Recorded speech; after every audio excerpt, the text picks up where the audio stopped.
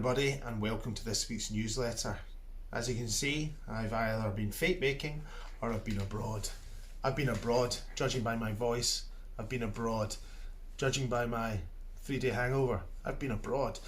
I was in Spain last week, Friday, Saturday, Sunday, Monday, with some lovely chaps who I'd like to mention. Malcolm, Niall, Neil and Chris and Mick. A wee bit kind of like Westlife, but older and possibly not as good looking. But boys, thank you for embracing me on the trip. I mean that in more ways than one. Within 20 minutes of meeting the chaps, I was known as Finbar Saunders for the amount of innuendos, and everything was great because they were sitting miles away from me on the voyage out. Sadly for them, I was more involved with them during the next few days. So we played some golf. Here's some of the pictures. Give it to me like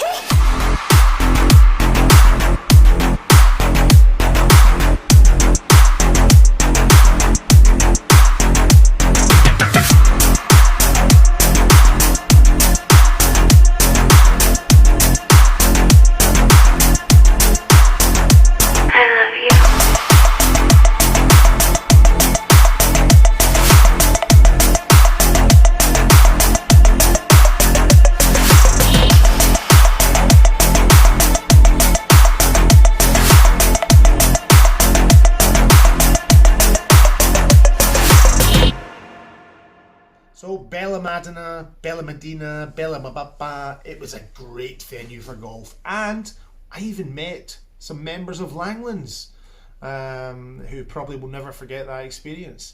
Golf courses were great, but if you think that we have issues with pitch marks, over there was horrific. And for your own knowing your own records, beer carts don't come out till the 13th.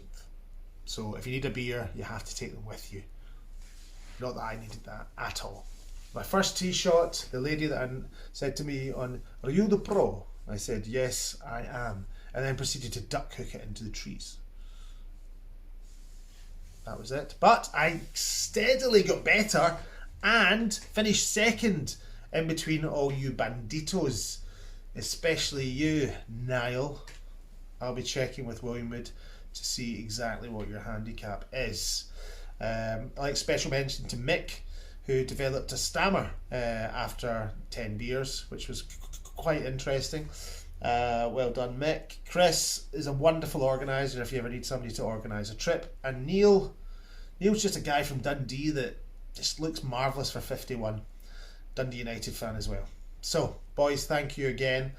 One of the strangest parts of the week was my last game of golf at Calanova. I got locked in the cubicle beforehand, a wee bit nervous, and had to slide out underneath the toilet door. Luckily, the cleaner had just left, so that was quite interesting. Then, as we drove off the first tee, I gunned one down, teamed with 2 Irish guys, and one of my cans of cider fell out my bag into the lake. Well, I wasn't leaving it there, so I proceeded to use a couple of the Irish gentlemen's clubs to get my can back. And I did. So a great weekend for all. Then we came back to the airport and we got a taxi. I arrived back home, took my golf clubs out of the taxi, and realised the taxi driver had forgotten to put my hand luggage on board.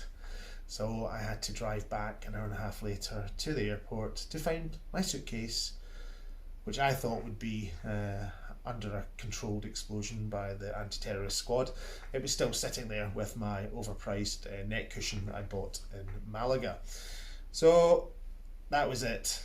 Yes, unlucky at the end, but what a weekend. And I found my golf swing. But I tell you what, I used a stealth driver and it was amazing. Seriously, it was phenomenal. Absolutely phenomenal. So if it can make me better. This week we had some interesting lost property, being this Ram laser putter that was found up a tree. So would the owner of the Ram laser putter please stand up and admit you threw it in a tree? To be fair, if you do admit it and I get to name you, I'll give you a little prize just for a bit of fun. Well done. Also, people are taking the wrong trolleys, home, which is staggering. label your trolley, or maybe, I don't know, put it away before you have a couple of drinks.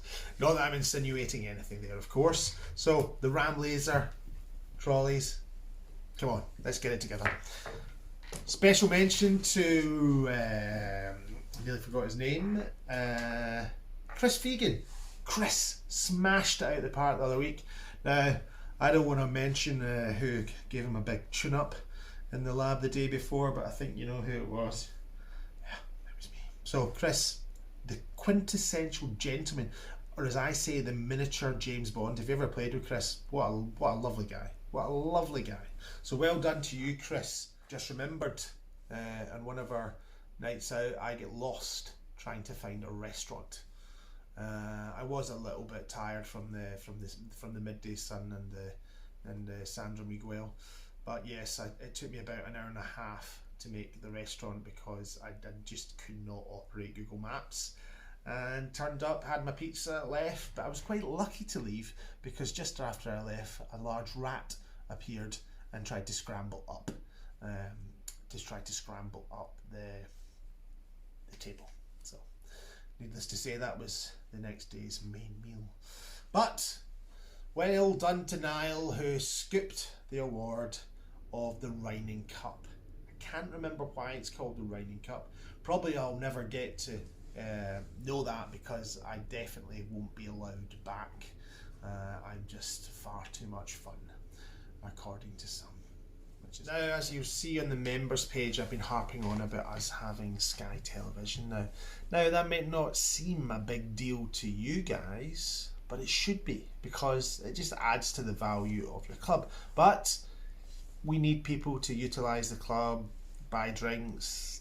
Yeah, as I said to you, it is your club, so you have to think about it that way. So the more time and money you spend at the club, then the more money it makes, the cheaper your fees are. So if you're going to a random boozer and giving them, there's Mark Fuller. Mark's just I think he just wants a cameo role. So come in, Mark. Come on, Mark. You'll have to cut me out. Yeah. Howdy, folks. This is Mark Fuller. No relation to Simon Fuller, who discovered the Spice Girls. Well, I don't know actually. No, absolutely not. not. Sadly not. So yes, as I was saying, the more money you spend, the cheaper your fees are. So don't be giving silly Beefeater chains money that's not going to help your golf fees. Beefeater don't sponsor anything up here. But you know what? It's your club. Support it or we won't have it. It's a very sad story. I support it. I'll be up here. I'd go to the opening of an envelope, for example, or even my eyelids. So until next week, I'm just back from Spain, slight tan.